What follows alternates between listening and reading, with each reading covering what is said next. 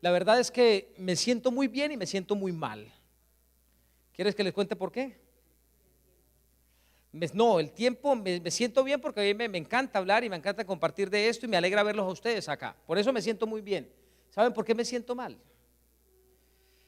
Porque yo espero que hoy sea la excepción a la regla.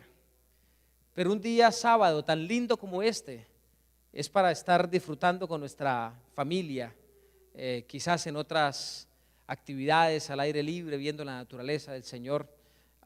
Así que esa partecita me hace sentir un poquito mal, pero yo espero que lo que estemos hablando nos sirva para disfrutar luego de esos momentos, pero no hagan de esto todos los sábados. Yo espero que eso no sea lo que sucede aquí siempre en la iglesia, porque el sábado tiene que ser para mucho más que esto. Muy bien, ¿cuál es la pregunta que nos estamos haciendo? Muy bien, vamos a despertarnos. ¿Cuál es la pregunta que estamos haciendo? Ok, y en primera persona, ¿qué espero para ser feliz con mi familia? Si usted no tiene hijos, porque ya los hijos se fueron de su casa, porque ya crecieron o porque nunca hubo hijos, entonces, ¿qué espero para ser feliz con mi esposo, con mi esposa? ¿Qué espero para ser feliz si los hijos ya crecieron y tienen nietos, con bisnietos? Es el momento de ser felices. ¿Saben ustedes que en los hogares se vive tristemente más infelicidad que felicidad? Entonces hay que comenzar a rescatar nuestros hogares para que nuestros hijos y nuestra familia, nuestro esposo, nuestra esposa, deje de estar buscando la felicidad donde no debe, en otros lugares. En la casa se tiene que comenzar a vivir y el Señor quiere enseñarnos cómo hacerlo. Hay un concepto que se nos ha hecho difícil de entender y de aceptar. Escuchen bien este concepto que se ha hecho difícil de entender y de aceptar, y es el concepto de que Dios sabe enseñar. ¿Me escucharon? ¿Cuál es el concepto? Que Dios sabe enseñar. Normalmente nos interesa que otra persona nos enseñe, alguien que sepa, un profesional en el área de la familia que me enseñe, un psicólogo, una psicóloga, un experto en el área de asesoría familiar que me enseñe. Yo voy aquí a tocar algunos de los problemas que normalmente tenemos en casa. Tengo problemas de comunicación con mi esposo o con mi esposa. Entonces necesito a alguien, a un profesional en el área que me ayude a mejorar mi comunicación con mi esposo o con mi esposa. Pero lo que se nos ha hecho difícil de aceptar es que Dios sabe más que cualquier profesional. Escúcheme bien, no estoy descalificando. ¿Están conmigo? No estoy descalificando a los profesionales, no. Lo que quiero decir, hermanos, es que Dios puede hacer mucho más de lo que puede hacer un profesional. Y si Dios puede hacerlo, mi prioridad tiene que ser cómo restaurar mi relación con Él para que Él me enseñe a corregir lo que hoy está mal en mi vida, en mi relación de pareja o en mi relación de padre con mi familia. Por eso estamos yendo a este punto y estamos haciendo tanto énfasis, porque Dios sabe cómo y Él está dispuesto a hacerlo. Les voy a decir algo. Yo me he cohibido de mencionar algunas cosas porque he visto algunos niños acá, pero veo que ahorita no hay muchos niños. No voy a decir nada indecente, pero solo para que los niños no tengan muchas preguntas en su mente para hacer. Pero además del factor económico, otro de los factores que están generando más problemas en las familias es la incompatibilidad sexual. Es decir, el esposo ya no es feliz con su esposa sexualmente y su esposa con su esposo. Y eso ha generado problemas porque o simplemente la persona decide, él o ella, ser infeliz en esa área, o se va a buscar felicidad fuera de la casa y finalmente explota de alguna manera. ¿Qué es lo que pensamos en buscar cuando una pareja tiene este tipo de problemas? Cuando alguien tiene problemas financieros, buscamos a un experto en orientación financiera a nivel de familia que nos ayude a hacer el presupuesto familiar y demás. Eso es un tema muy importante y un profesional en esa área nos puede ayudar. Eso es lo que esperamos. Cuando alguien está con problemas de incompatibilidad sexual, como lo mencioné ahora, ¿por qué no buscamos a un experto en esa área que venga y nos enseñe a nivel de pareja y nos oriente? Eso funciona. Pero quieren que les diga algo. En muchos casos funciona por un tiempo y luego las cosas vuelven a estar igual o peor que antes. Yo he podido ver con mis propios ojos y en estos años problemas como los que les acabo de mencionar y otros más, que lo que han decidido es buscar en esta estrategia solución, y Dios ha dado solución. Hogares con incompatibilidades financieras, incompatibilidades sexuales, incompatibilidades de todo tipo, y todo comienza a cambiar. A veces creemos, no, es que Dios no se mete en esas áreas. No, a Dios le interesan todas las áreas de nuestra vida, todas. Y cuando nosotros vivimos su reino y su soberanía, Él se encarga de mostrarme el camino que yo debo seguir para encontrar solución para todas las áreas que están haciendo daño a mi vida y a mi familia. Ese es el concepto que se nos ha hecho muy difícil de entender y de aceptar, que Dios sabe más que lo que sabe cualquier profesional o que cualquier pastor, y que Él tiene la solución y me quiere mostrar la solución. Nosotros siempre buscamos procesos para llegar a Él. Llegó a Dios a través del pastor. Llegó a Dios a través de... No, los problemas que tenemos hoy, Dios los conoce, Dios se interesa, Él quiere solucionarlos, y a través de una nueva experiencia con Él, Él me va a hablar, Él me va a capacitar, Él me va a mostrar. Eso es lo lindo de este mensaje, que ahora mi experiencia con Dios me lleva a encontrar renovación en todas las áreas de mi vida. La familia, escúchame bien, la familia donde se comienza a vivir y a predicar el evangelio del reino de Dios por encima que el evangelio de la iglesia, el evangelio del reino de Dios, el único que existe, Dios comienza a transformar todas las áreas. Él comienza con el área espiritual y Él comienza a darle sentido a la iglesia, pero es Él el que le da sentido a mi experiencia de iglesia, a mi experiencia doctrinal. No es mi experiencia doctrinal la que me lleva a Él, es totalmente contrario. Y Dios se comienza a interesar en mis finanzas. Hermanos, yo quisiera tener tiempo para mostrarles los emails que recibo muy a menudo, donde me dicen: pastor, yo estaba quebrado financieramente, y yo fui, cuando hablaron que iban a hablar de familia, yo fui esperando que me hablaran algo de familia que tuviera que ver con finanzas, y salí decepcionado porque no se me habló ni de presupuesto familiar ni nada de las cosas que yo quería saber para asuntos familiares, para solucionar mi problema familiar en el tema de las finanzas. Pero me encontré con el tema del reino de Dios, lo comencé a vivir y lo comencé a aplicar, y mis finanzas se transformaron. ¿Saben? No creemos que eso suceda, pero sí sucede. Y yo se los hablo por testimonio propio. En mi testimonio propio, todo comenzó a cambiar. ¿Qué esperas para ser feliz con tu familia? Antes de hablarles de las bienaventuranzas, les voy a comentar un poquitito de lo que pasó conmigo. Les he dicho que la familia hoy está en crisis porque hemos cambiado la sabiduría de Dios y nos hemos apartado de la presencia de Dios. Les hablé hace un rato del problema que yo tuve en Grand Rapids. No voy a dar detalles de lo que me pasó en Grand Rapids, pero algunos de los que están aquí, la familia Guzmán, quizás escucharon algunos aparte de lo que pasó allí. Yo les dije ahora que si yo hubiera seguido viviendo mi vida de profesional en el evangelio, que yo siempre pensé que el evangelio era la iglesia, así que profesional del evangelio para mí era profesional de la iglesia. Si yo hubiera seguido con ese concepto y con esa experiencia en mi vida, les dije a ustedes hace un rato que hubiera perdido a mi esposa, hubiera perdido mi familia, hubiera perdido mis hijos, hubiera perdido mi ministerio, hubiera perdido todo.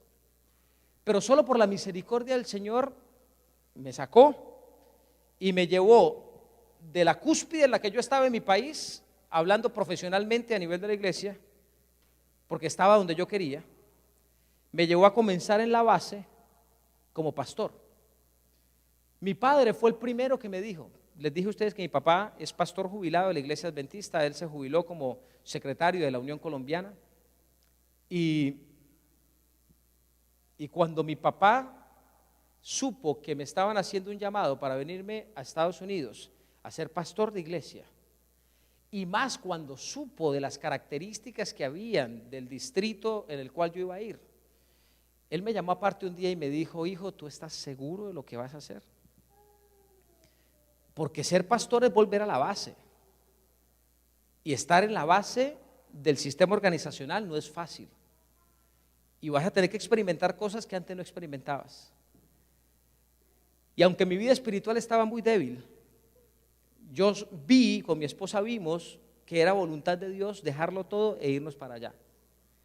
Así que le dije a mi papá, yo creo que eso es cierto, pero también creo que algo bueno vendrá, papá, así que vamos a seguir adelante. Y él me dijo, no, si es lo que el Señor te ha mostrado, es la decisión, yo te apoyo y te respeto, y nos vinimos para Grand Rapids.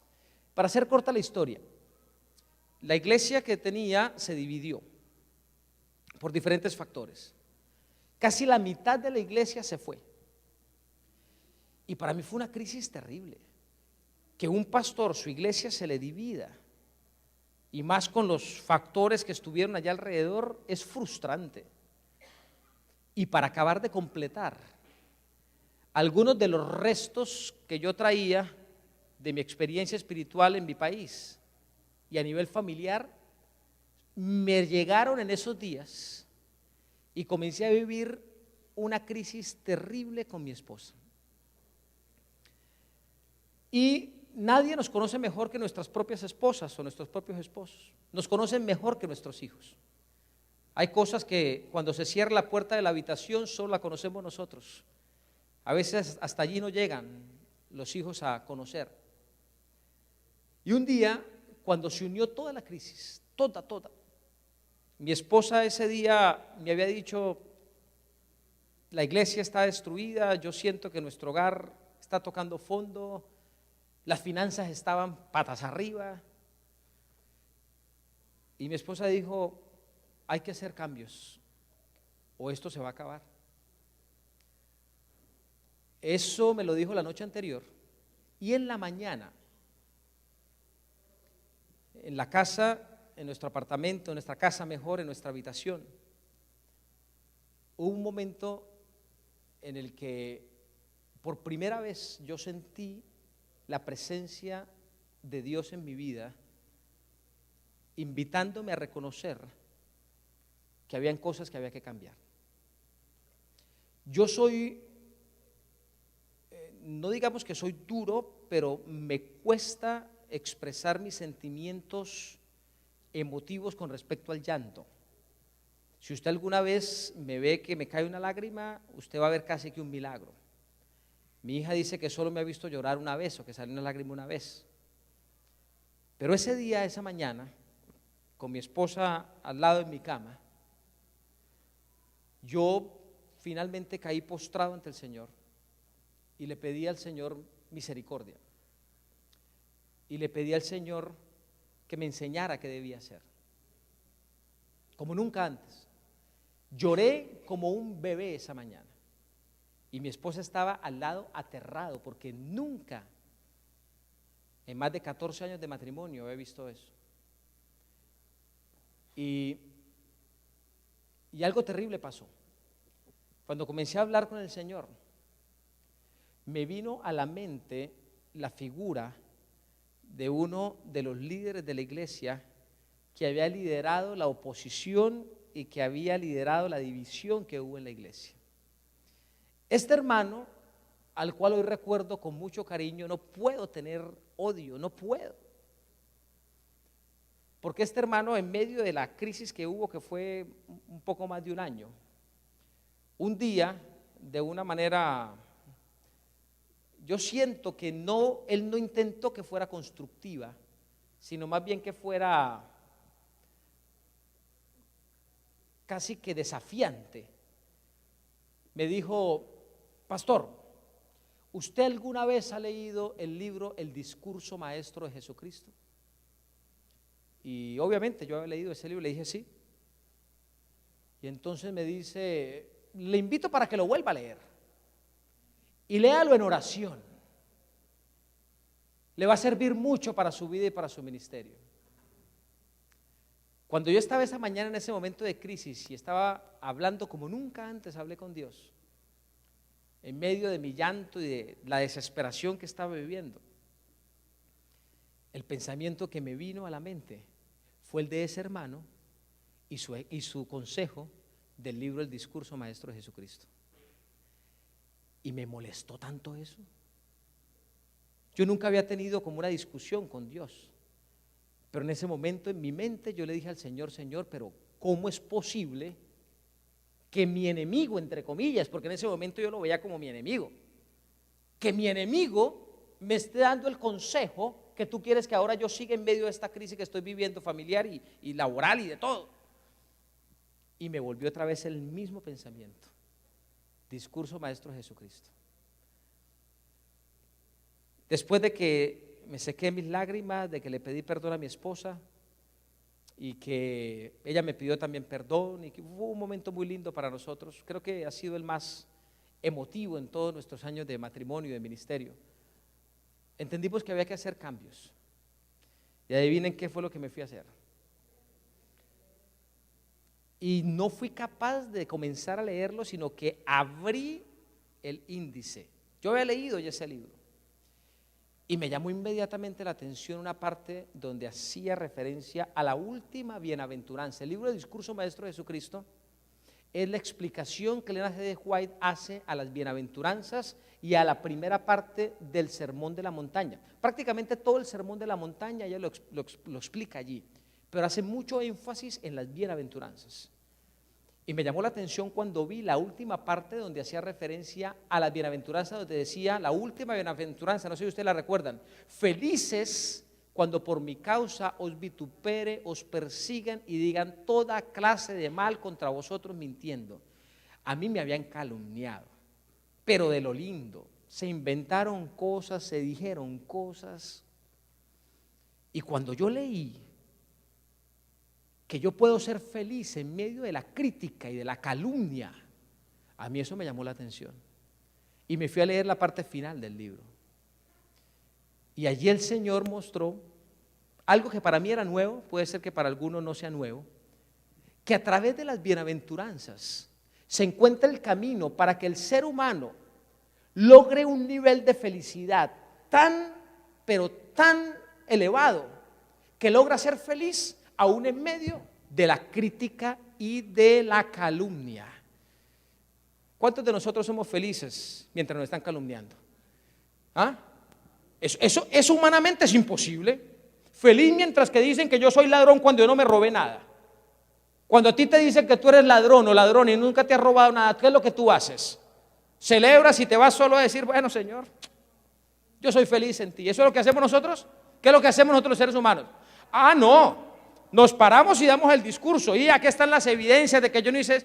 Empezamos a defendernos.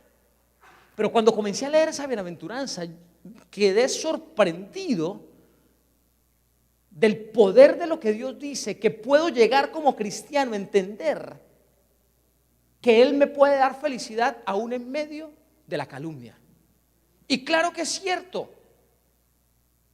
Creo que no hubo otro ser humano en un corto periodo de vida tan calumniado como fue Jesús.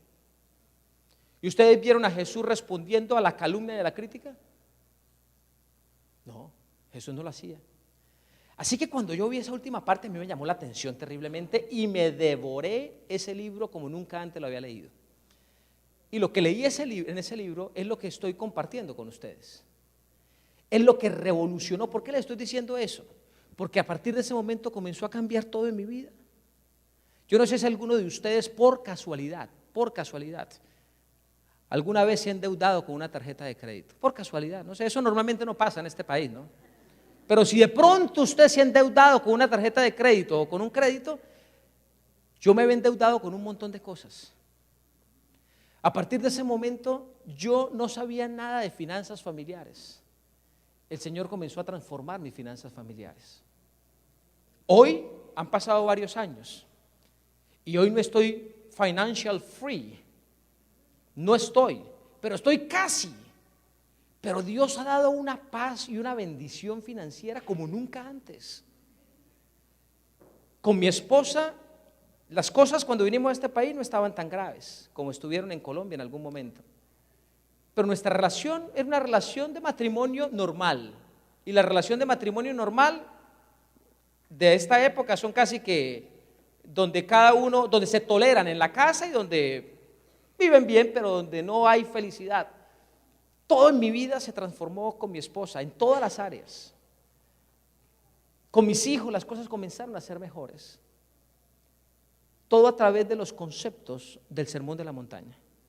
La felicidad en el Sermón de la Montaña. Y en mi vida comenzó a suceder lo que les voy a comenzar a contar ahora y que quiero que por favor entiendan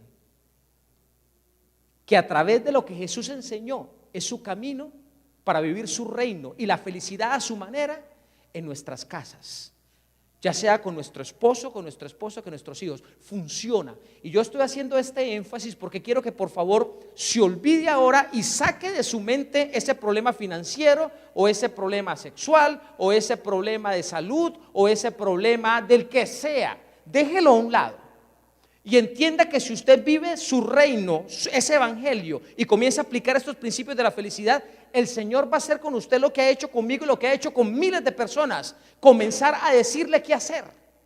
Si yo aprendo a escuchar la voz de Dios hablándome y a decirme qué hacer, ¿será que Él se va a equivocar?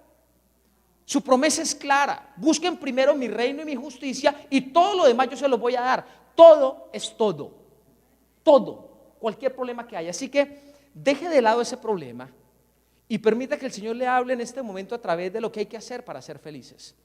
Recuerden, se perdió la sabiduría, pero el Señor nos dice que Él nos va a dar la sabiduría si nosotros se la pedimos, para que aprendamos a entender la justicia.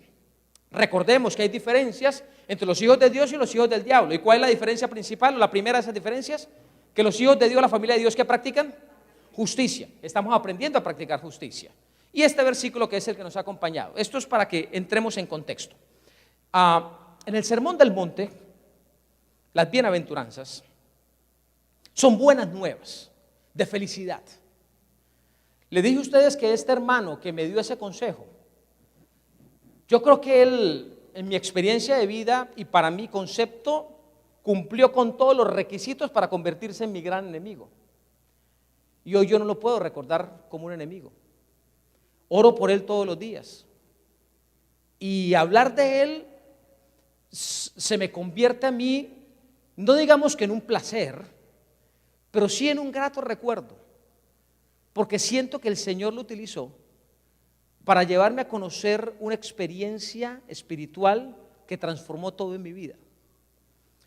Eso mismo es lo que Dios puede comenzar a hacer ahora en nuestras familias. Hasta los enemigos comenzamos a verlos como amigos, aunque quizás él a mí no me vea como un amigo, no sé, pero es su problema. Pero para mí fue una bendición en mi vida, una bendición.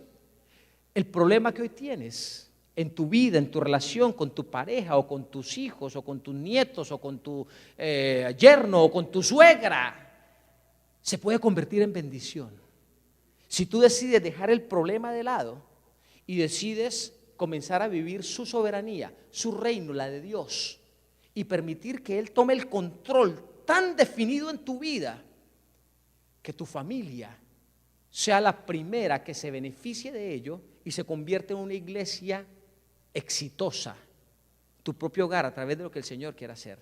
En la primera bienaventuranza, cuando Jesús abrió por primera vez su boca, Jesús dijo felices o bienaventurados. La palabra bienaventurado significa felices.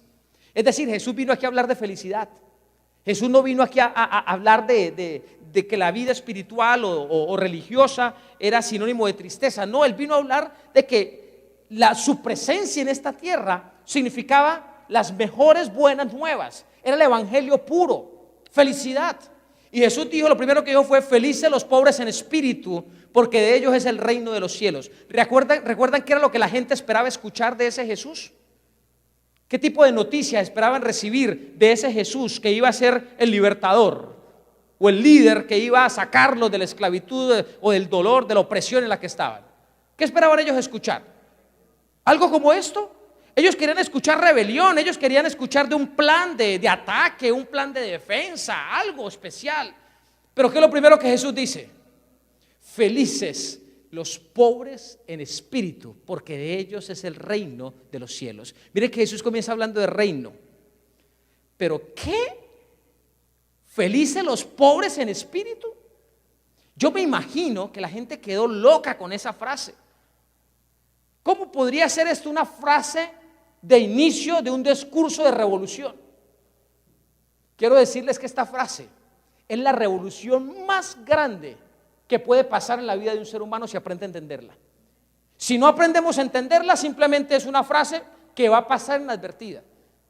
Como ha pasado inadvertida para la mayoría de nosotros, las bienaventuranzas han pasado inadvertidas en nuestras vidas.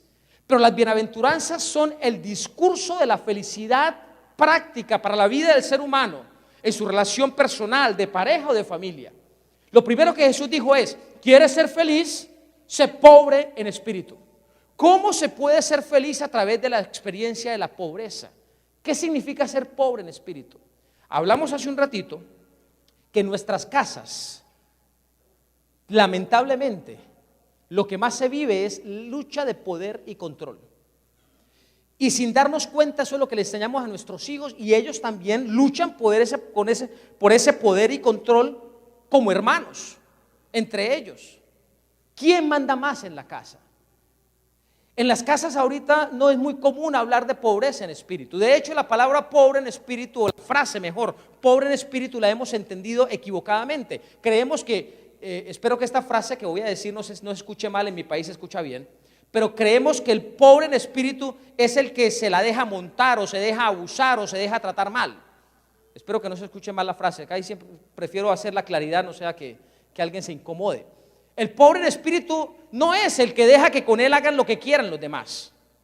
El pobre en espíritu tiene que ver con un concepto revolucionario en la vida del ser humano y que tiene que formar parte de nuestra familia si queremos que nuestras familias sean transformadas.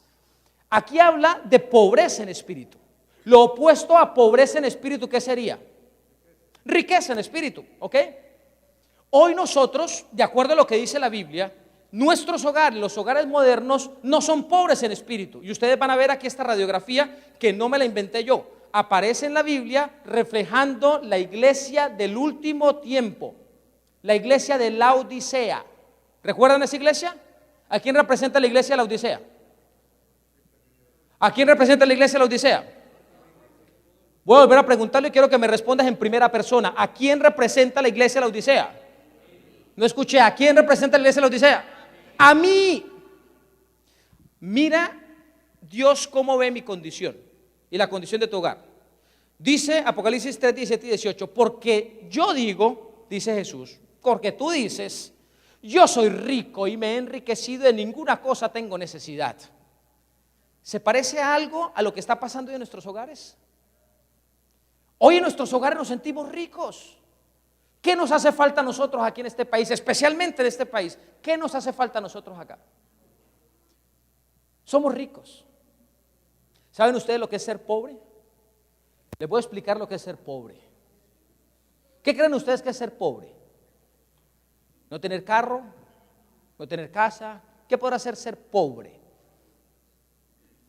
Mi país en una época se caracterizó lamentablemente por situaciones muy negativas. Ustedes las conocen, que tristemente ahora nuestro país hermano México las está viviendo por problemas del narcotráfico. En mi país hubo un libro que se hizo muy famoso. El libro se llama No nacimos pa' semilla. Ese pa es una abreviatura, no nacimos para semilla. Ese libro se hizo famoso porque eran los testimonios de sicarios. ¿Saben ustedes lo que es un sicario? Un sicario es un asesino a sueldo. Los sicarios se hicieron famosos porque en motocicletas de alto cilindraje iba adelante un sicario conduciendo la motocicleta, atrás otro sicario armado, y entonces iban y le disparaban a la persona que les pagaban, que alguien le pagaba dinero para que mataran a esa persona. Y se hicieron famosos los sicarios. Pero ¿saben algo terrible que pasaba con los sicarios? Los sicarios se convirtieron o se dieron a conocer como personas muy religiosas. En mi ciudad, que es Medellín, donde nació mi esposa, donde nacieron mis hijos, donde nací yo, hay una ciudad muy cerquita a Medellín que forma parte del área metropolitana de Medellín que se llama Sabaneta. Y hay otra muy cerquita que se llama Envigado. En Envigado y en Sabaneta hay iglesias, no voy a decir su denominación para que de pronto si hay amigos no se sientan mal, pero hay iglesias donde se han conocido como iglesias de narcotraficantes y de sicarios, donde van y se encomiendan al Señor para que el viaje que están mandando de Colombia en esa época llegara bien a los Estados Unidos. Y las ofrendas que daban eran grandísimas cuando el viaje llegaba. Y donde los sicarios iban a orar, a encomendarse a la Virgen, ay, ya dije, perdónenme, de verdad que fue sin culpa, se encomendaban a Dios para que bendijera el trabajito que iban a hacer, o los trabajos del día. En ese libro se habló de todo eso. Se presentaba como los narcotraficantes y los sicarios eran gente aparentemente muy religiosa. Y en ese libro, un sicario dice lo que es ser pobre. Y es la definición, esa definición se hizo famosa en Colombia, porque es muy real. Él no dijo lo que era ser pobre, pero dijo claramente lo que era ser rico. Y eso diferencia al rico del pobre. Cuando se le preguntó en esa entrevista a ese sicario, ¿qué es ser rico? Porque él hablaba en contra de los ricos. ¿Qué es ser rico? Él dice, rico es el que come más de 2 veces al día. Rico es el que come más de 2 veces al día. A veces creemos, no, esa definición no es válida. ¿Saben por qué creemos nosotros que no es válida? Porque es que nosotros en este país vivimos en una burbuja que dice mentiras con la realidad que vive el mundo. El mundo se está muriendo hoy de hambre y hoy de sed. Y en el mundo, el promedio, el pobre en el mundo, una familia pobre en el mundo, come un día con el equivalente a $2 nuestros. Una familia pobre necesita para las 3 comidas del día, o lo máximo que logra tener son $2 para alimentarse durante todo el día, donde pueden tener acceso a algo de dinero. Nosotros en este país somos ricos. En nuestra casa nada nos falta. Nosotros a veces nos sentimos con problemas financieros y nos hemos metido en problemas financieros no porque nos falten cosas, sino porque siempre vivimos antojados de otras cosas. Y eso lo estamos dando por herencia. Si yo antes en mi casa cortaba el prado con mi maquinita, empujando la maquinita, pero resulta que un día iba empujando mi maquinita cuando escuché que el vecino prendió su carrito para cortar el césped. Y yo me quedo mirándolo, yo como empujo mi maquinita duro y el otro con su carrito ahí tranquilo, a la vuelta ya. La siguiente semana, ¿qué es lo que yo estoy haciendo? Si mi vecino tiene un carrito, porque yo no tengo un carrito. Nosotros aquí no somos pobres. Nosotros aquí nos hemos endeudado, que es diferente, porque nos hemos metido en situaciones que no necesitamos, pero que nosotros nos hemos convertido como necesidad. Realmente en este país no nos falta nada. Espiritualmente o religiosamente hablando, ¿qué nos falta a nosotros? ¿Qué les falta a nuestras familias? Con un mensaje tan maravilloso como el que tenemos en la iglesia adventista. Es un mensaje que doctrinalmente, de tapa a tapa, como lo dije esta mañana o ahora al comienzo, es irrefutable, es maravilloso. ¿Saben qué significa esto que les estoy diciendo? Que la experiencia suya y mía hoy y la experiencia de nuestras familias hoy es una experiencia supremamente peligrosa. Porque hoy más que nunca nos parecemos a este cuadro que Dios dijo. Nos sentimos ricos, nos hemos enriquecido, ¿qué nos falta? La sociedad de hoy en día es una sociedad con un consumo más elevado que nunca antes. La sociedad de hoy en día es la sociedad más calificada que nunca antes en la historia. Los avances científicos que facilitan la vida del ser humano son los más grandes que nunca antes en la historia. Es decir, hoy no nos falta nada. ¿Te hace falta tu familia que vive 20,000 millas lejos de acá? Agarras tu teléfono celular, marcas un clic y enseguida lo estás viendo allí y hablas con ellos. No nos falta nada. Te falta comida, te vas a un food bank y te van a dar comida.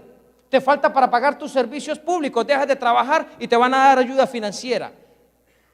Todo lo tenemos suplido y espiritualmente lo tenemos todo. Esta figura es espiritual, pero es una figura que se aplica en la realidad de nuestros hogares hoy. Nos sentimos ricos porque tú dices, yo soy rico y me he enriquecido, de ninguna cosa tengo necesidad. Pero la realidad, escuchen cuál es la realidad, dice Dios, y no sabes que tú eres un desventurado, miserable, pobre, ciego y desnudo. Este es uno de los llamados de atención más fuertes que aparecen en la Biblia. Entre más rico nos sentimos, más necesidad realmente hay. Uno de los problemas graves que hoy está dañando nuestra relación en pareja y nuestra relación de familia es que nos sentimos muy ricos, no sentimos necesidad de Dios. Dios se ha convertido en un complemento en nuestras vidas. Miren lo que dice Dios mismo. Esta no es una figura que yo me estoy inventando. Él lo dice, por tanto, dice Dios, yo te aconsejo que de mí compres oro refinado en fuego para que seas rico, y vestiduras blancas para vestirte, y que no se descubra la vergüenza de tu desnudez, y unge tus ojos con colirio para que veas. ¿Qué es lo que nos está diciendo Dios a nosotros? Nosotros creemos que todo está muy bien cuando todo está completamente mal. Nosotros nos creemos muy ricos espiritualmente y que estamos muy bien en toda nuestra casa, pero la realidad es que todo está al revés. ¿Por qué? Por el sentimiento de riqueza que nos viene acompañando, que no tenemos necesidad de nada. No, para eso estudié, yo estudié, tengo una maestría, tengo un doctorado, yo sé qué hacer. Y eso mismo dice mi esposa que estudió, que ella tiene una maestría, yo sé qué hacer. ¿Y qué es lo que están aprendiendo nuestros hijos? No, hay que estudiar para poder mandar también y saber qué hacer. No estoy diciendo que el estudio no sea importante. El estudio significa progreso, pero nada, absolutamente nada debería quitar el lugar que Dios debe tener en nuestras vidas y en nuestros hogares. Y la realidad es que sin darnos cuenta, nuestra comodidad en un país como este y nuestra comodidad en una iglesia como esta, con una doctrina como esta, nos hace sentir muy ricos y que nada nos falta. Y no nos damos cuenta que Dios mismo nos está diciendo: hey, abre los ojos, open your eyes, estás más mal que nunca, estás mal. Porque la riqueza no la tiene el ser humano. La verdadera riqueza no es un don humano. ¿Están conmigo? La verdadera riqueza de mi familia y de mi relación en pareja no es un don humano. La verdadera riqueza es un don de Dios. Él dice: yo soy el oro, ven y compra de mí oro para enriquecerte. La gran mentira que nosotros hemos seguido es que nosotros podemos ser felices a través de lo que nosotros hacemos. Esa es una gran mentira. El concepto del reino de Dios es: tú solo eres feliz cuando Dios vive en tu vida, cuando su presencia te llena de su felicidad. Esa es la verdadera riqueza. Por eso es que aunque trabajamos, aunque tenemos y aunque tratamos de hacer las cosas bien, a veces sentimos que cada día está más mal. Porque el reino de Dios no consiste, como lo dice el apóstol Pablo en 1 Corintios 4:20, el reino de Dios, que es el evangelio a seguir, no consiste en palabras, sino en ¿qué cosa? En poder.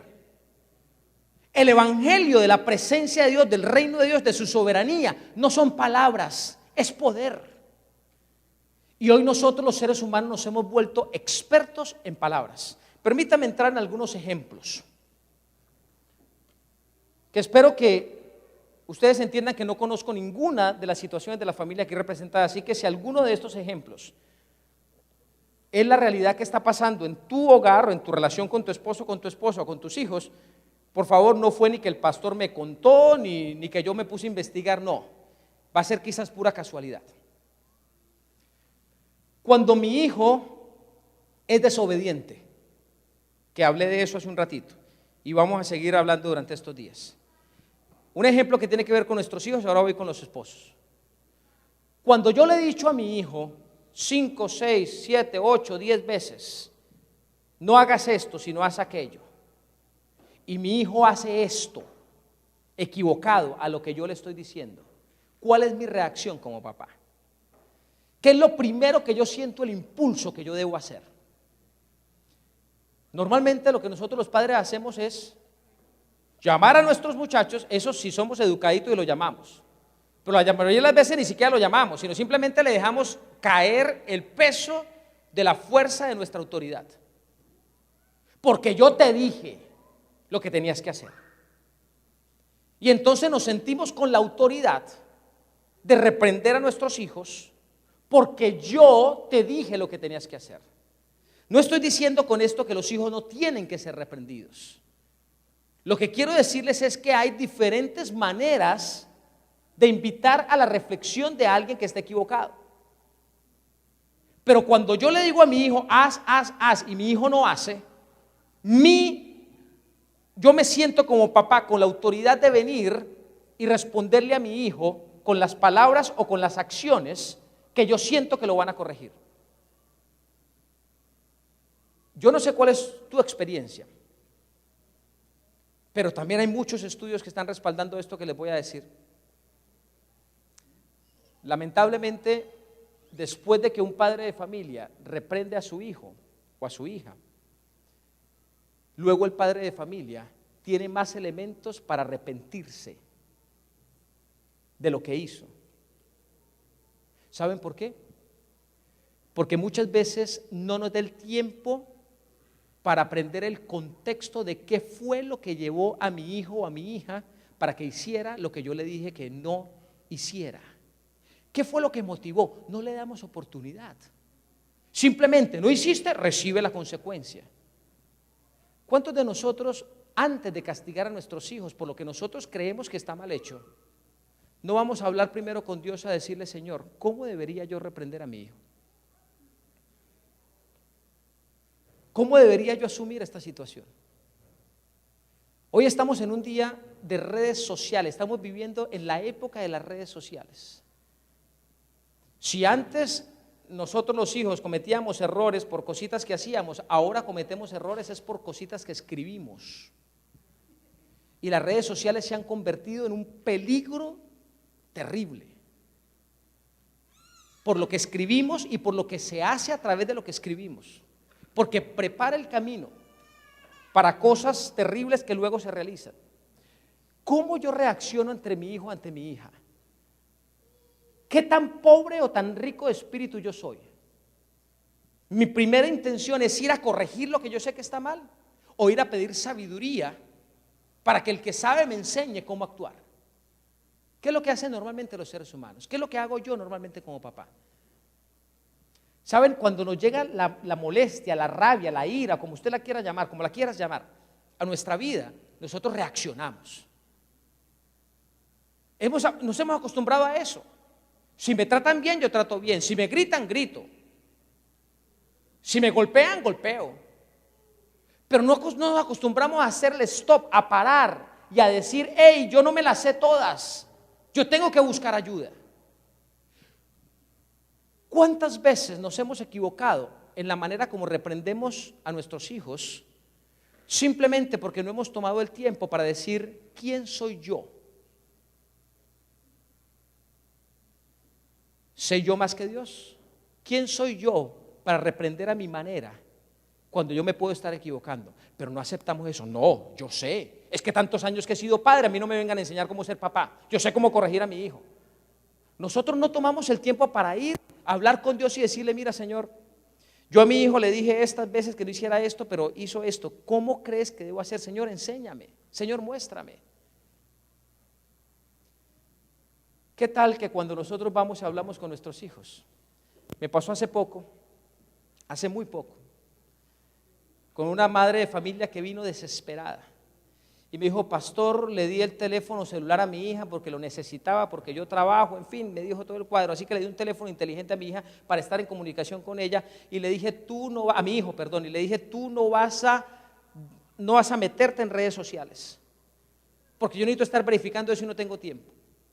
Y me dice, y el muchachito creó cuentas a escondidas, usuarios con nombres distintos que yo no conocía, y luego me enteré, y luego vi todo lo que escribió.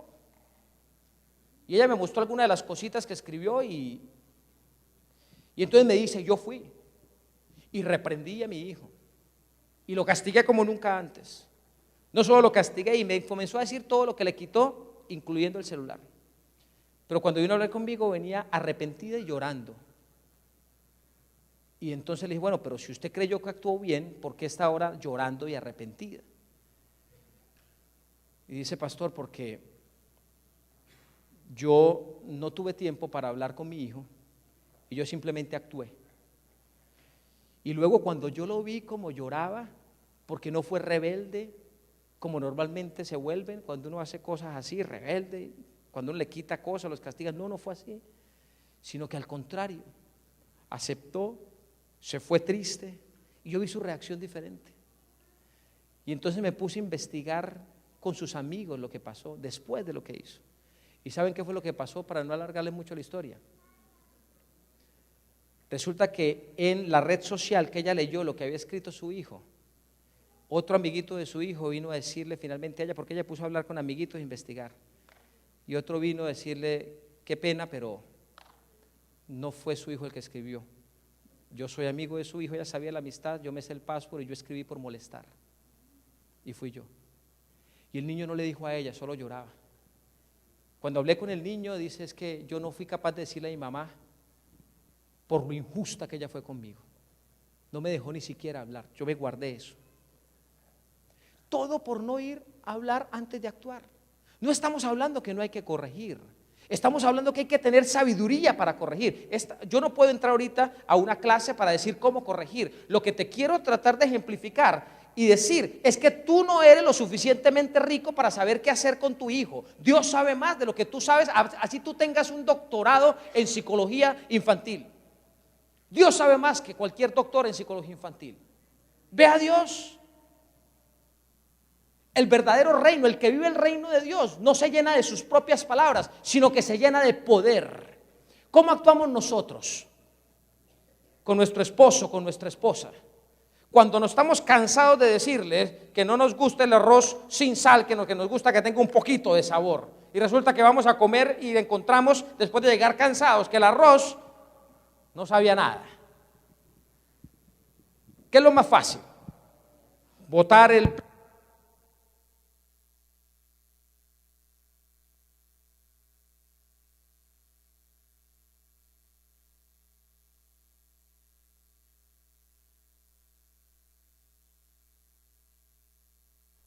¿Está vivo? Ok, este sí está vivo ya, ok. Y si no este, ok, bueno, déjeme ahí la reserva, hermano. ¿Qué es lo más fácil hacer? Lo más fácil hacer es pegar el grito y ponerse a discutir. Pero tú sabes cuál fue el contexto que llevó para que tu esposa ese día se le olvidara un detalle como ponerle la sal al arroz. Hay algunos esposos y esposas que me han dicho, mire pastor, yo tomé una decisión que para mí fue la mejor. Y sí, ¿cuál fue la decisión? A mí me da rabia y yo me quedo callado y yo no hablo de eso, sino que simplemente que se quede el problema ahí. Eso no es solución. Eso es peor que decir algo. Porque se acumula y se acumula y se acumula y después va a explotar de una manera totalmente negativa. Hay que hablar las cosas, pero hay que aprender a hablar. Hay que tener sabiduría para hablar. No es simplemente lo que yo pienso que tengo que hablar y la manera como yo quiero hacer el reclamo como a mí me parece por la experiencia de mi vida. No, yo tengo que tener la sensibilidad de saber que Dios sabe más, que su sabiduría es mejor que lo que yo creo que debo decir. Y antes de pegar el grito, antes de hacer el reclamo, antes de responder, antes de botar el plato, antes de decir la palabra, ¿por qué no decirle al Señor, Señor, dame sabiduría para hablar?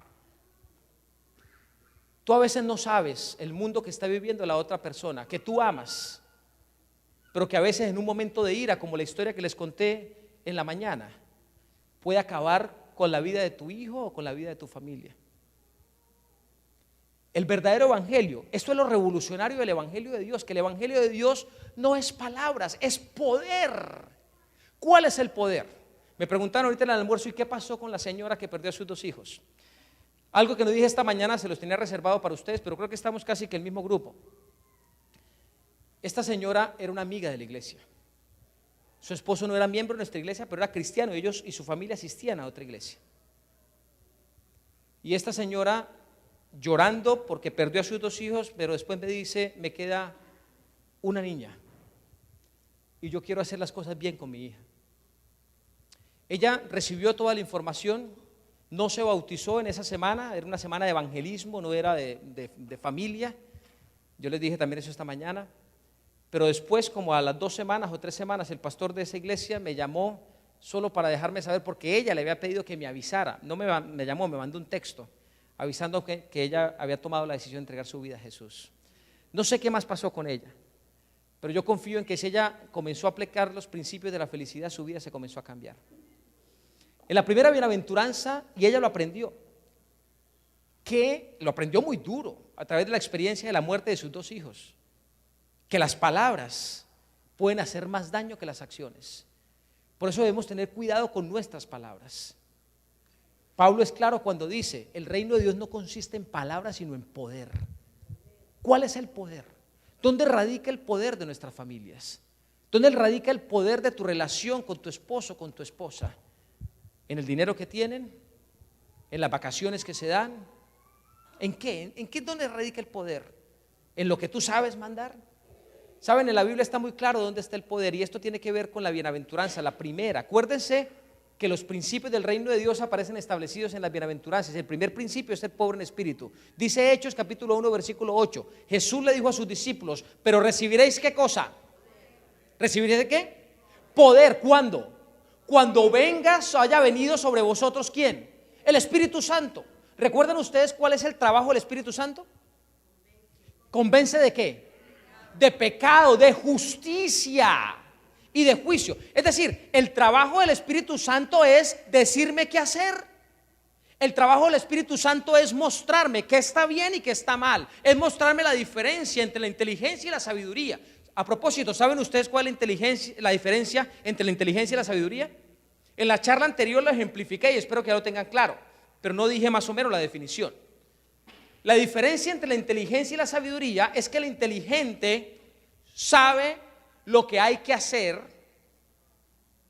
El inteligente sabe lo que hay que hacer y a veces lo hace y otras veces no lo hace.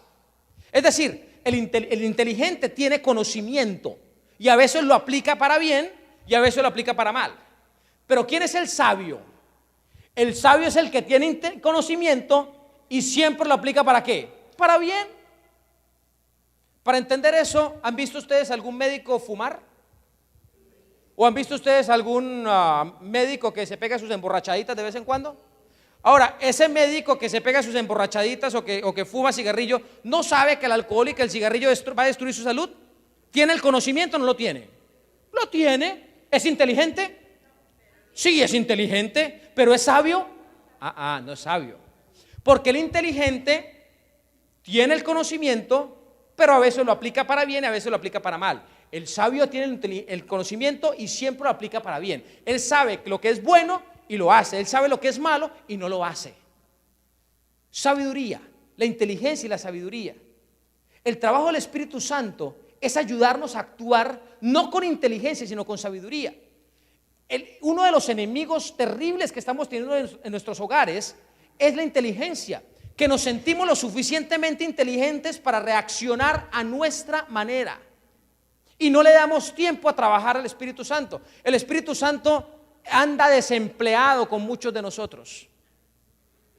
Su trabajo es el de convencer y no le damos la oportunidad de que nos convenza, no le damos la oportunidad de diálogo.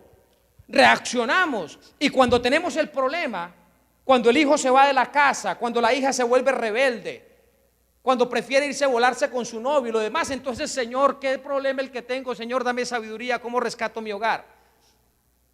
Tarde. El que es pobre en espíritu es sabio. ¿Y qué es lo que dice el pobre en espíritu? Yo no sé. Yo no sé. Yo no tengo poder. Hoy la psicología moderna nos dice todo lo contrario. Nos dice, tú puedes, tú eres rico, tú tienes la capacidad, nada te falta, tú lo puedes lograr todo. Eso es una farsa. Es cierto que yo tengo capacidad, pero sin Dios, mi capacidad me va a llevar a vivir problemas. Si no, mire la experiencia del mundo que nos rodea. El mundo que nos rodea está lleno de personas inteligentes. El mundo que nos rodea está lleno de personas poderosas. Pero al mismo tiempo el mundo que nos rodea está lleno de personas infelices que están destruyendo y acabando sus vidas de la manera más miserable. Poder. El verdadero poder no está en las palabras. El verdadero poder es la presencia del Espíritu Santo. El pobre en espíritu, frente a todas las situaciones que está viviendo en su relación personal, en su relación con su esposa o en su relación con sus hijos, antes de actuar, ¿qué hace? Busca ayuda. Ese es el pobre en espíritu, el que reconoce que su espíritu no sirve. Mi espíritu, mi inteligencia no sirve, pero la de él sí sirve. Así que cuando yo voy a él y le pido consejo, le pido su sabiduría en mi mente, su sabiduría hace que mi inteligencia tenga sentido. ¿Están conmigo en eso? Por eso Jesús le dice a los discípulos, los discípulos habían recibido conocimiento de Jesús. Claro. ¿Sabían cómo ser predicadores, cómo ser buenos cristianos? Habían estado con el maestro, los maestros. Sin embargo, Jesús les dice, pero ustedes tienen conocimiento, pero no tienen poder. Van a recibir el poder cuando el Espíritu Santo venga sobre ustedes. Denle la oportunidad. Hermanos, el Espíritu Santo debe convertirse en el protagonista en nuestra relación de pareja y en nuestra relación de familia. ¿Y cómo Él es protagonista? No diciéndole simplemente bienvenido Espíritu Santo o cantando el Espíritu Santo, no, es en la práctica. Las decisiones que tú tienes que tomar, no las tomes solo. Entiende que tú y yo debemos ser pobres en espíritu, Señor, frente a esto, así sea lo más obvio. Yo no sé qué hacer, yo te consulto. No, pastor, pero es que siempre consultando. ¿Ustedes saben las grandes empresas en qué es lo que invierten más dinero? Consultoría externa. ¿Ustedes saben por qué los presidentes de los países dan discursos tan buenos y tan coherentes en todas las áreas? ¿Es porque ellos se las saben todas? Porque tienen un asesor para cada área. Y esos asesores le dicen qué hacer. Esos asesores le dicen cómo presentarse, desde cómo vestirse, desde cómo peinarse, desde qué palabras utilizar. Todo el asesor se lo dice. Hay asesor de imagen, hay asesor de relaciones internacionales, hay asesor financiero, hay asesor de economía, hay asesor en todas las áreas. Y nosotros en nuestra casa, ¿qué es lo que hacemos? Ah, no, yo soy el papá, yo mando. Yo soy el que traigo la plata. Ustedes me obedecen, me tienen la comida caliente, me arreglan la ropa.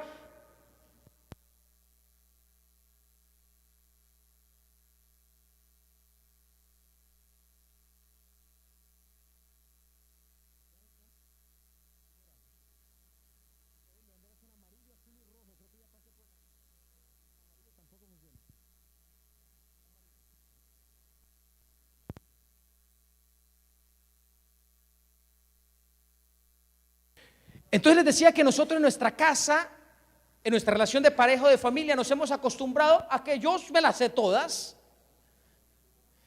Y nos hemos olvidado que tenemos al asesor de los asesores a nuestro lado. El Espíritu Santo se la sabe más de lo que yo sé. Él sabe más que cualquier asesor en cualquier área. Es Él el que sabe. Ahora, si somos sinceros, ¿cómo manejamos nosotros los conflictos entre pareja o en familia? ¿Lo manejamos con su consejo o lo manejamos con nuestra reacción? Les voy a pedir que hagan un ejercicio. Y si está a su lado su esposo o su esposa, no quiero que dediquen tiempo ahorita, pero sí que le acuerde luego el uno al otro. Pero si logran por lo menos recordar cuál es la última gran crisis que han vivido, ya sea como novios, como esposos, como padres, la última gran crisis en sus familias. Si estás solo, acuérdate cuál fue esa última gran crisis que viviste. Después de que pienses en esa gran crisis, si tú puedes en tu casa, saca tiempo para hablar con tu esposo, con tu esposa o con tus hijos. Y comienza a pensar qué originó esa gran crisis. Pero sé honesto con el pensamiento. Ve poco a poco hacia atrás, mirando qué originó esa gran crisis. En la mayoría de los casos se van a encontrar con algo. Y es que se van a dar cuenta que la crisis en un comienzo no fue una gran crisis. La mayoría de crisis grandes no comienzan siendo crisis grandes. Comienzan con situaciones pequeñitas, mal manejadas.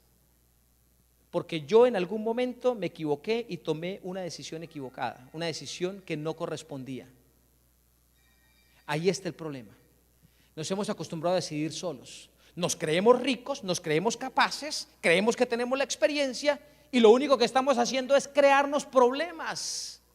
Los problemas que hoy tenemos en nuestra vida, nosotros mismos de alguna manera nos los hemos creado a través de nuestras decisiones equivocadas.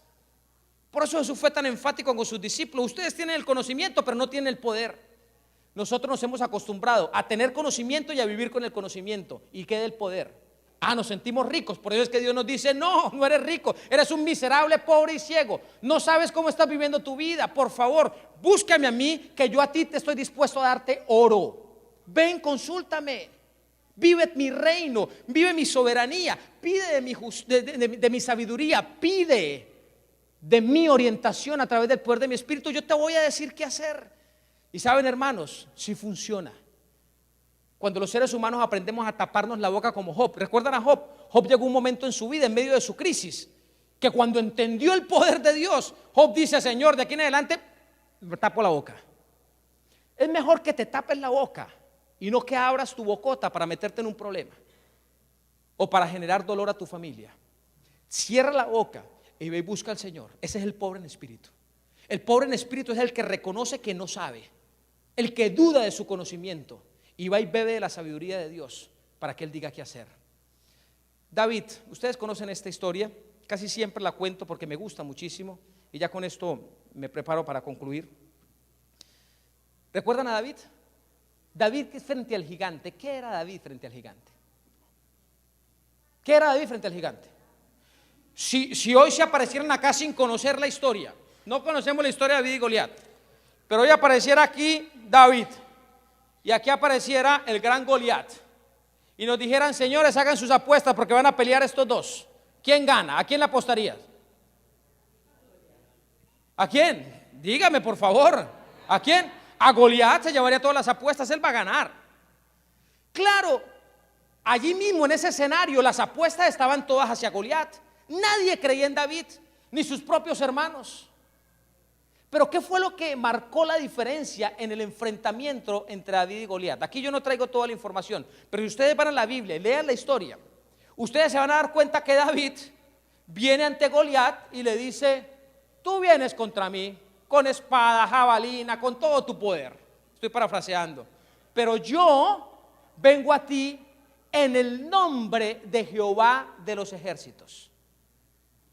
Allí hay una fuente de sabiduría increíble. David le está diciendo a Goliat que Goliat ejemplifica los problemas que hoy tenemos nosotros. David le está diciendo a semejante problema que tiene al frente: yo no te puedo derrotar, pero mi Dios sí te puede derrotar. Es decir, yo no te estoy enfrentando, tú estás enfrentando al Dios que gobierna mi vida. Es decir, estás enfrentando a Dios. Por lo tanto, quiero decirte que eres hombre muerto y que te voy a cortar la cabeza. Y el gigante cayó y David le cortó la cabeza y el pueblo de Israel salió vencedor. ¿Qué hubiera pasado si David hubiera venido con su estrategia a enfrentar al gigante?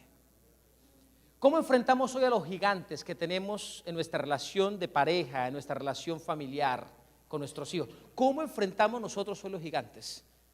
En el nombre de Jehová de los ejércitos. ¿Qué significa enfrentar en el nombre de Jehová? Enfrentar en el nombre de Jehová es cuando yo ya fui a Jehová y Jehová me dijo qué hacer y yo vengo con la estrategia clara en mi mente de lo que yo tengo que hacer. ¿Cómo estamos enfrentando hoy nosotros los problemas? ¿En el nombre de Jehová o en el nombre de Robert Amaya, que es el que sabe, que es el que puede? ¿Cómo enfrentas tú los problemas? ¿En el nombre de papá, en el nombre de mamá, en el nombre de plata, en el nombre de qué? El pobre en espíritu dice: yo no enfrento, porque si yo enfrento pierdo. El pobre en espíritu es feliz porque dice: Él que vive en mí, Él sí sabe. Hermanos, ¿se imaginan cómo va a ser nuestra relación en pareja y en familia?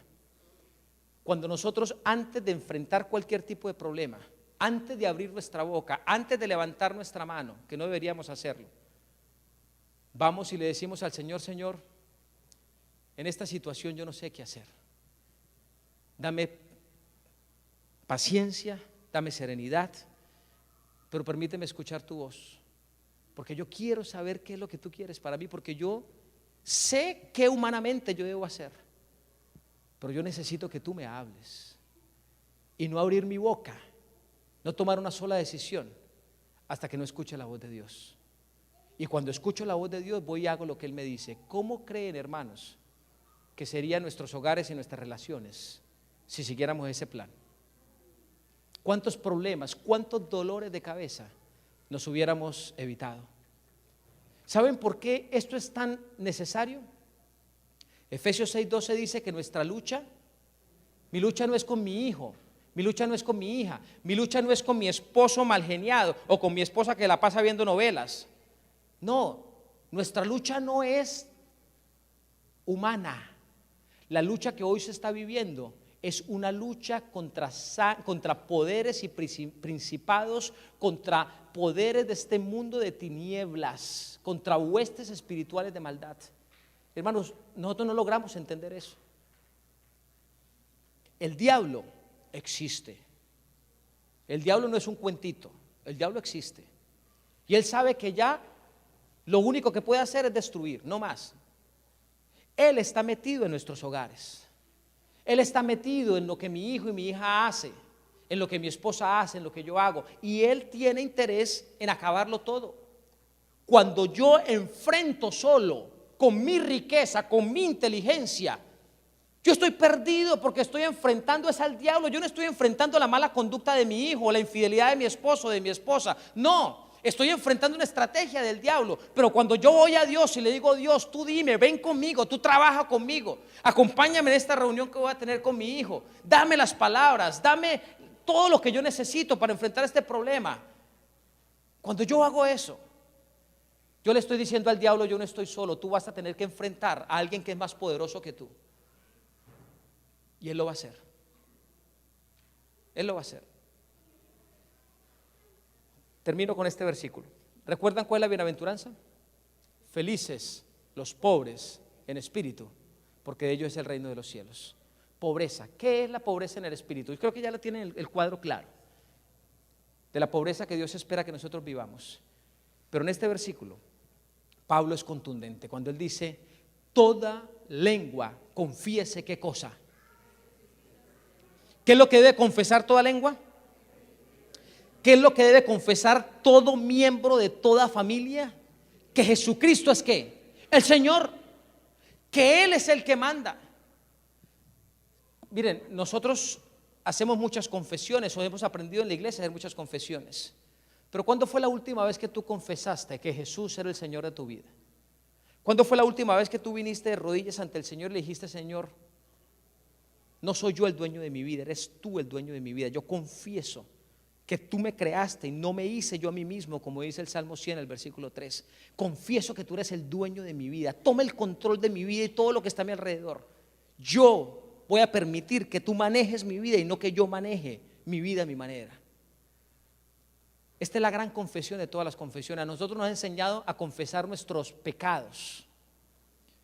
Pero quiere decirles que la mayor confesión que nosotros debemos hacer en nuestras familias, en nuestra vida, no es confesar nuestros pecados.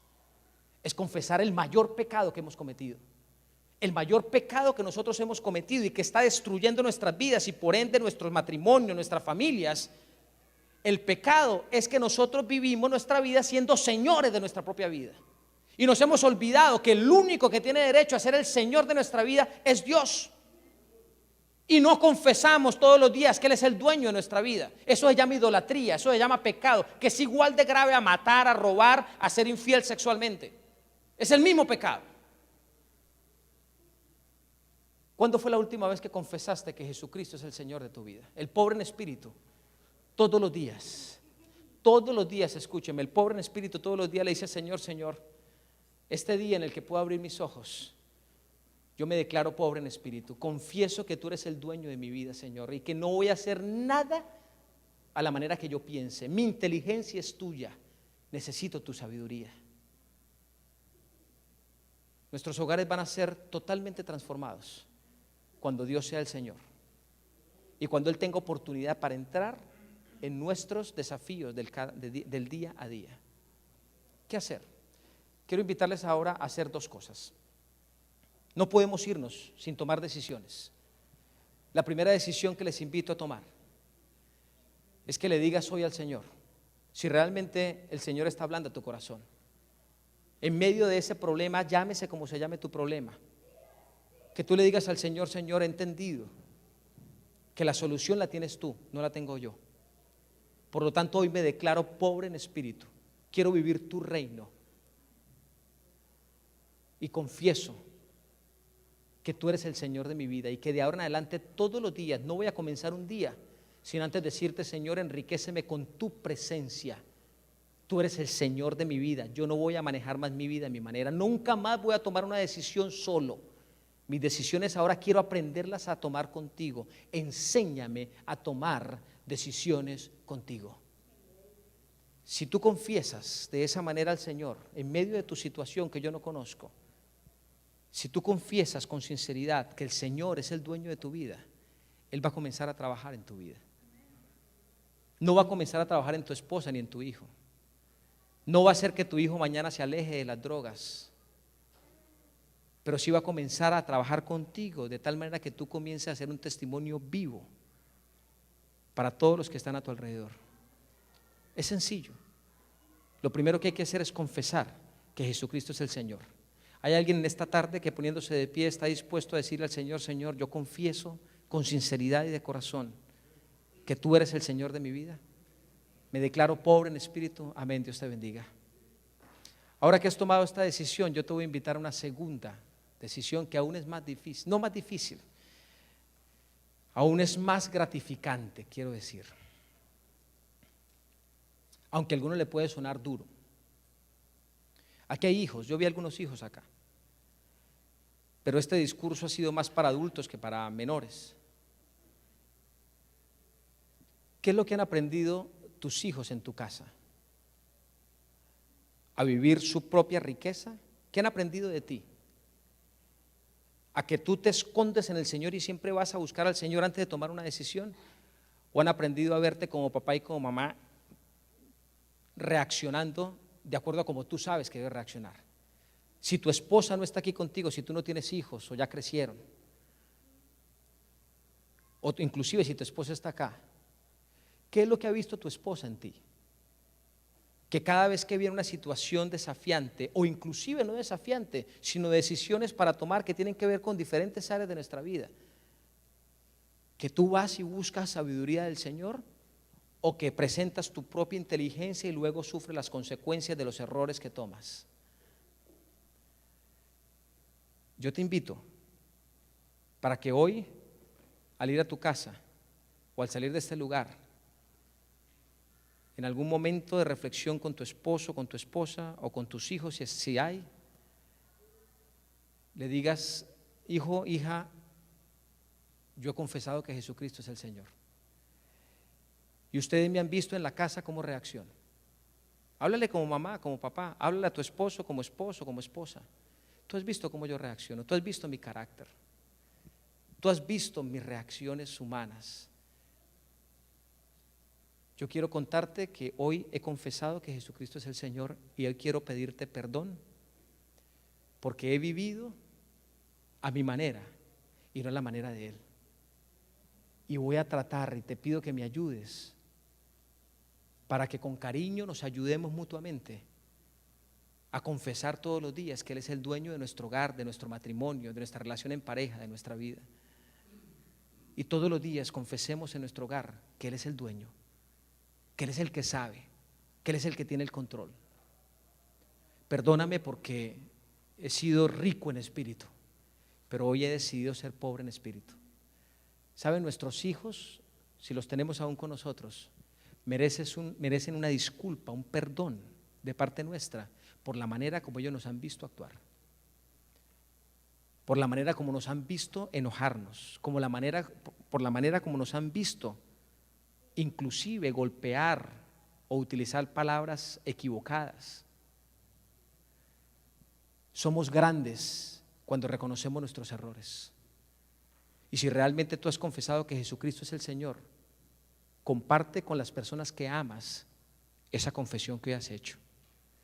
Y dile a esa persona que amas: eso no significa que yo voy a comenzar a ser perfecto a partir de mañana, pero quiero que entiendan que a partir de hoy voy a hacer todo mi esfuerzo para que Dios me ayude a entender antes de tomar cualquier decisión que su sabiduría, que su presencia, que su señorío es parte de mi vida.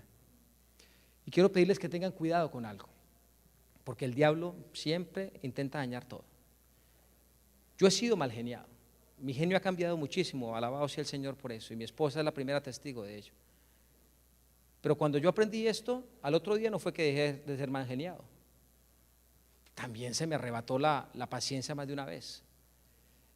Y una vez el diablo hizo que alguien de mi familia, no voy a mencionar quién, dijera: pero y no es que confesaste que Jesucristo es el Señor, ¿y por qué estás actuando así? Si en algún momento la persona que te está diciendo, o tú que eres parte de la familia, te equivocas, por favor no seas instrumento del diablo a decirle al otro: ¿y qué pasó con lo que dijiste? Porque eso te va a hundir. Si la persona que amas, que hoy está tomando esta decisión, mañana se equivoca, tú haz lo que él debería haber hecho o ella debería haber hecho. Tú guarda silencio, acércate a Dios, busca refugio en Dios y permite que esa persona que se está equivocando en tu casa reconozca su equivocación y el Señor lo va a llevar a reconocer su error. Yo no fui de un momento a otro, no cambié, y cuando me dijeron, ¿y qué esperabas? Me dio más rabia y más reaccioné feo, pero luego tuve que pedir perdón. Confiesa que Jesucristo es el Señor. Pobre en espíritu. Si eres pobre en espíritu, vas a comenzar a ser feliz. No tu inteligencia, su sabiduría. Y su sabiduría, junto a tu inteligencia y a la mía, nos van a dar la felicidad que el Señor quiere que nosotros experimentemos. Vamos a orar. Padre, gracias te damos por las palabras de Jesús en el Sermón de la Montaña. Gracias por los principios de felicidad esenciales para nuestro existir. Hay tanta diversidad de problemas que no nos alcanzaría el día, ni la semana, inclusive el año para buscar soluciones a tanta diversidad de problemas que tenemos hoy en nuestras vidas personales, individuales, en nuestras vidas en pareja y en nuestras vidas familiares. Pero si hay algo, Señor, de lo que hoy estamos convencidos, es que si hoy aprendemos a ser pobres en espíritu y decidimos comenzar a vivir tu evangelio, el del reino, tu soberanía, tu sabiduría también, esa que se perdió desde el principio, entonces tú, Señor, a través de tu poder y de tu espíritu, nos vas a orientar, a ilustrar, a enseñar, para que podamos con tu ayuda comenzar a tener solución a cada uno de esos problemas que hoy están por encima nuestro. Ayúdanos a entender que eso sí funciona, que cuando tú dijiste, cuando busquen primero el reino mío y mi justicia, yo les voy a dar todo, Mateo 6:33, que entendamos que eso es cierto, que entendamos que esa promesa se cumple y que a partir de esta misma noche, Señor, lo comencemos a experimentar, cuando en vez de reaccionar, en vez de ir a tomar la decisión rápida, sea cual fuera lo que hay que hacer, el restaurante que se va a elegir, el carro que se va a comprar, la vacación que se va a tener, el problema que ha llegado y que no sabemos cómo enfrentar, que antes de tomar una decisión vayamos a ti y veamos cómo nos vas a ayudar a ahorrar, cómo nos vas a ayudar a evitarnos meternos en deudas que no nos corresponden. Y cuando te veamos, Señor, solucionar lo que nosotros no hemos podido hacer, entonces vamos a ver tu gloria y vamos a ser felices, Señor. Ayúdanos a tener paciencia para construir este nuevo concepto de vida que con tu ayuda, Señor, transformará nuestras vidas personales y nuestros hogares. Gracias, Señor, por tu reino, por tu disposición, por tu amor y por la felicidad que hoy nos ofreces. En el nombre de Jesús oramos. Amén. Amén. Pueden sentarse, mis hermanos, el Señor nos bendiga. Les quiero pedir disculpas por la jornada tan fuerte. Sin embargo, estoy todavía dispuesto